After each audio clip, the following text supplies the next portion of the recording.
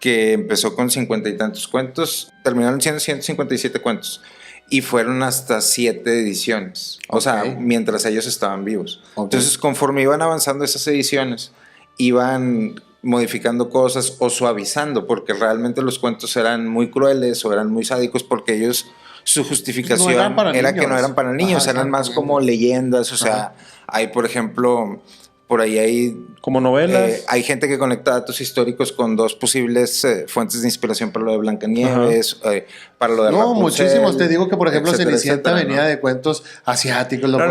Pero que no solamente eran cuentos, o sea, que estos cuentos se basaban en personas reales o en sí, o en cosas que habían pasado o en leyendas, ¿no? Claro. Entonces, pues sí, es algo que ellos eventualmente van adaptando al público, porque luego, te digo, su justificación es que no era para niños, pero al final del día, pues las personas era quien se los contaba. Y luego Disney, cuando toma todos estos cuentos, todavía los suaviza mucho más, ¿no? Disney lo suaviza muchísimo más. Estamos hablando de 2 hermanos que tenían la tarea de recopilar pues toda la tradición alemana a través de los cuentos orales, a través de la historia, a través de leyendas. Entonces no lo iban a suavizar, simplemente pues son litógrafos, sí, le iban a tratar de traducirlo de la mejor manera, quitarle los errores, pero no lo iban a suavizar, iba a ser lo que iba a ser, ¿no?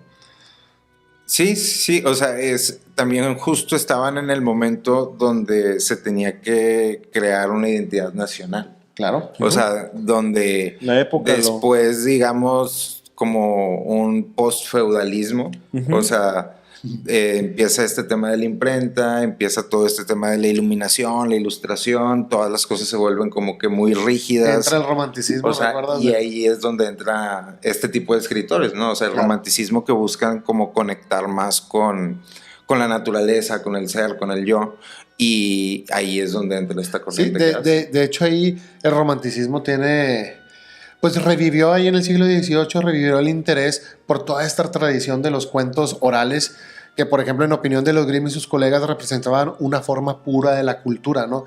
Y toda la literatura nacional de Alemania en ese momento. Sí. Como decimos, ellos lo veían puro, ellos no iban a censurar nada. Ellos no iban a censurar nada, como tú decías, ellos se defendían diciendo que no eran cuentos para niños y simplemente tenían la tarea de recopilar todo, ¿no?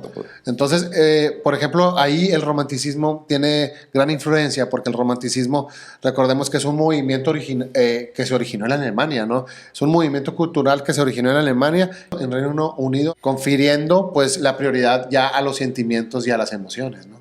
Sí, o sea que el conocimiento no es nada más aplicativo, ¿no? Sino que también se empieza como a escarbar dentro del conocimiento emocional o a tratar de conectar más con... Sí, claro, más que un clasismo llevado por las normas, llevado por las leyes, por las imposiciones, pues ya el romanticismo de poder meterle los sentimientos y una liberación, ¿no? Más apegados a la vida, más apegados al sentir. Al sentir, exactamente. Y la característica fundamental en ese momento del romanticismo, pues es tratar de romper todas estas culturas clasistas que están basadas en un conjunto de reglas estereotipadas. Como romper con los esquemas. Exactamente, romper con los esquemas, buscar una libertad auténtica, es una búsqueda constante de eso. Por eso tiene como un rasgo revolucionario, ¿no? Ellos estaban en esta época del romanticismo, ¿no? Sí, ellos estaban en esta época. Entonces, recopilan todos estos cuentos.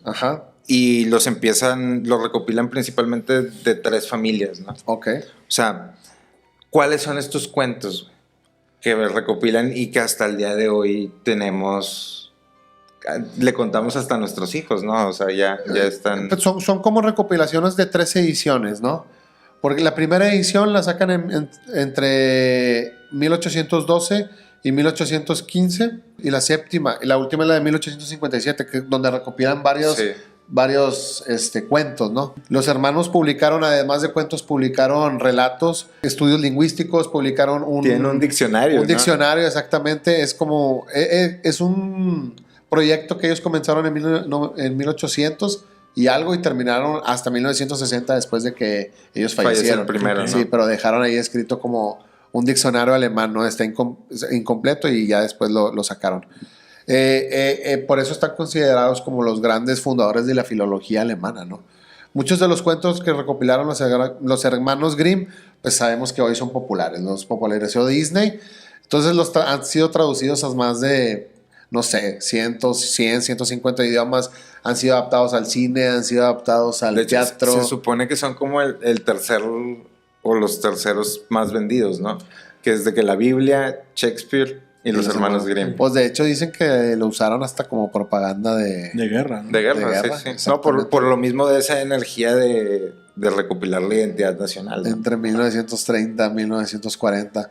Entonces, pues Jacobo Grimm y su hermano Wilhelm Grimm.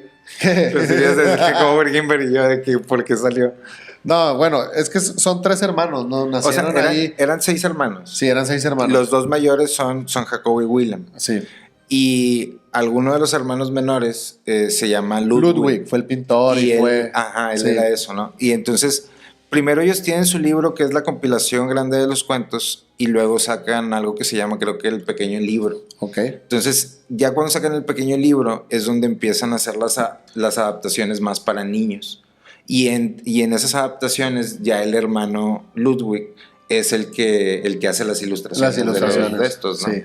Entonces ahí es donde aparece, pero nada más tiene como que, curiosamente ahí fue donde empezaron a vender más libros. Sí, y después fueron, como tú dices, fueron maestros, fueron profesores. Sí. De la universidad, los despiden. Ahí donde estudiaron, ¿no? Sí, los despiden, creo que en 1836, 1837. No, por lo que te digo de protestaron contra el rey Ernesto Augusto. Sí. Protestaron contra el rey Ernesto Augusto primero y después fueron invitados al año siguiente por el Federico Guillermo IV, creo que se llamaba, de Prusia a Berlín y ejercieron como profesores en la Universidad de Berlín, en Humboldt. Sí.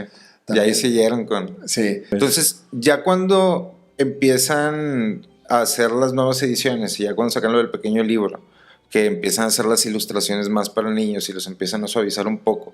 Okay. O sea, de esos libros, ahorita, ¿cuáles son los que todavía tenemos como en el consciente colectivo muy frescos? Hay muchos porque Disney lo sacó. Pero hay unos que ni siquiera Disney ha sacado y que los conocemos, por ejemplo, Caperucita Roja. Bueno, hay una caricatura. ¿Quién sacó Caperucita Roja? Fue Disney, ¿no? No hay nada de Caperucita Roja. Y después salía acá en el cine mexicano Caperucita Roja. Exacto, ¿te acuerdas con el lobito? Con el lobito. Pues no sé, Blancanieves, La Cenicienta, Barba Azul, Hansel y Gretel, Pulgarcito, Rapunzel, La Bella Durmiente, El Gato con Botas, sí, Elisa la Lista, La Fuente de Hadas, Juan Sin Miedo, Pulgarcito. Juan Sin Miedo. Son un chorro, nunca les tocó cuando estaban pequeños que llegara un vendedor de esos que tocaban la puerta a ofrecer uno de estos libros con los cuentos de los hermanos Grimm. No me acuerdo.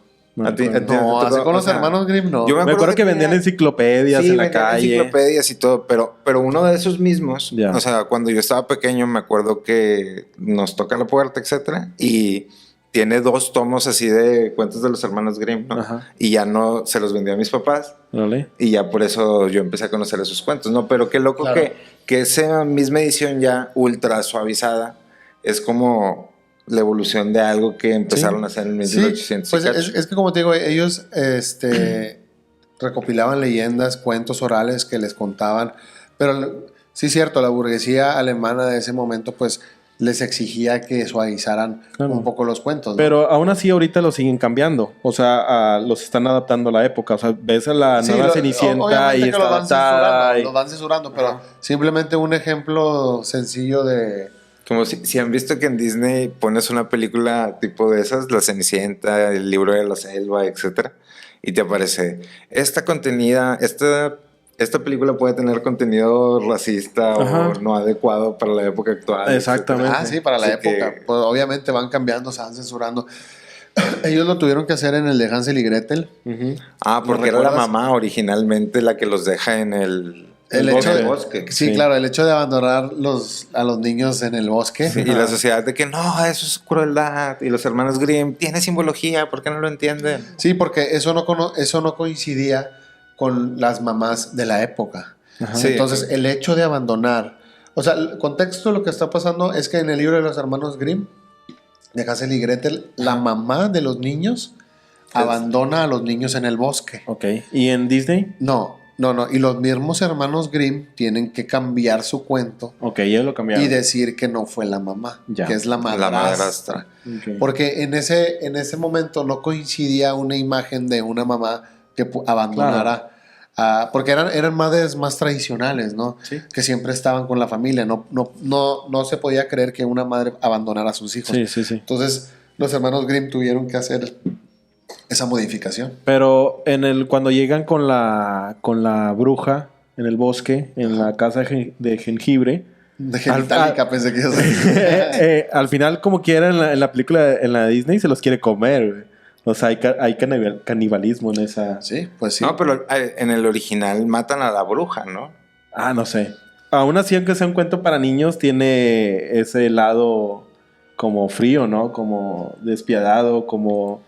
O sea... Sí, pues como en el... ¿Cuál era el que estábamos platicando? No me acuerdo si era el de la Cenicienta. Creo que es el de la Cenicienta, ¿no? Ajá. Que en el original a la madrastra la ponen a bailar con zapatos de hierro caliente. Bueno, esa es la de... Bueno, según yo era la de Blancanieves, ¿no? Ajá. Sí, o sea... Y eso pues eventualmente ya no aparece, bruja, ¿no? Mira, dice, Blancanieves es una de las películas más populares de los cuentos clásicos narrados por Disney. A pesar de su trama trágica, la historia sigue siendo cautivadora. Se centra en una hermosa princesa huérfana que despierta la envidia de su malvada madrastra. Esta última, consumida por los celos, encarga a un cazador que asesine a la joven y la traiga como prueba su corazón. Ante la negativa del cazador, la madrastra decide llevar a cabo ella misma el plan malévolo, envenenando a Blancanieves con una manzana. Aunque la versión animada de Disney ofrece un final feliz, el cuento original de los hermanos Grimm difiere notablemente. Además, existe la posibilidad de que esta historia esté basada en hechos reales. En la versión original de la historia de Blancanieves, el desarrollo sigue una estructura bastante similar a la conocida, pero el desenlace toma un giro diferente. Al llegar al final del relato, es el príncipe quien condena a la reina malvada a llevar unos zapatos de hierro al rojo vivo, mientras baila hasta que sus pies se consumen en el ardor, llevándolo finalmente a su muerte. Y pues en la de Disney es todo lo contrario. Sale que la malvada bruja iba a aventar una roca grande hacia Blancanieves, que se encontraba abajo, y pues al final la roca vence la fuerza hacia el otro lado y ella se va al vacío con la roca y muere, ¿no? Esa es la adaptación de Disney. Blancanieves en la vida real ha sido objeto de investigación por numerosos estudiosos que se han puesto a descubrir la historia de los hermanos Grimm. Podría haberse inspirado en un personaje histórico.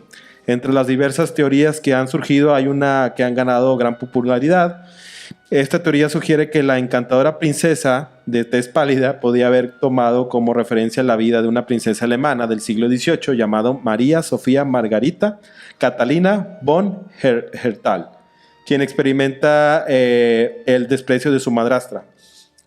A causa de la viruela, esta joven hereda el trono que parcialmente queda ciega, y a la misma enfermedad la deja huérfana, ¿no? A pesar de su desgracia, se dice que María Sofía mantuvo carácter bondadoso hacia los habitantes de su reino. Qué loco, ¿no? Sí. Después tuvieron que suavizar todo. Claro. Otra cosa que está interesante es que eventualmente durante la Segunda Guerra Mundial y varios años después, todavía creo que fue como hasta el 48, 49, okay. O sea, banearon los libros, o sea, prohibieron los libros de los hermanos Grimm en Reino Unido y en otros lugares por considerarlos de corte nacionalista. Pues de hecho,